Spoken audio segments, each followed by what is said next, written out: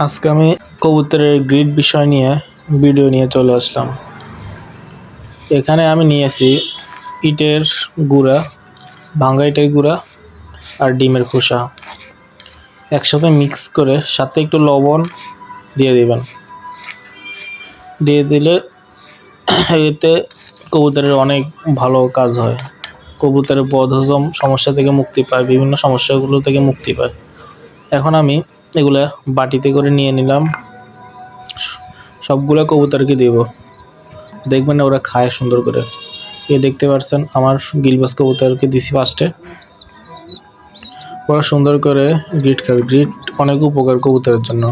আপনারা সবাই কবুতর যারা পালন করেন সবাই কবুতরকে অবশ্যই গ্রিড দিবেন। সপ্তাহে 3-4 বার করে গ্রিড দিবেন। এখানে শাটিং কবুতর, ওরা অবশ্যই নতুন, তারা বুঝে না, এই জন্য নতুন জায়গায় শাটিংটা খাইতে আছে।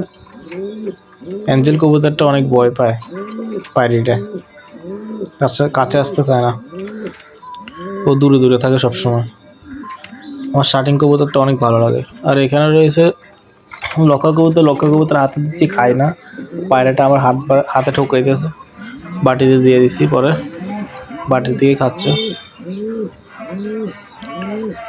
ওদের পেট ভর্তি, এর জন্য খাচ্ছে না। এখানে রয়েছে কিং কবুতর, কিং কবুতরকেও দিয়ে দেব।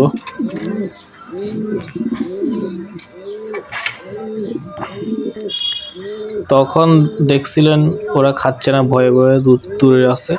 এখন স্বাদ পেয়ে খাবারের বেশি করে খাচ্ছে, সামনে চলে আসছে।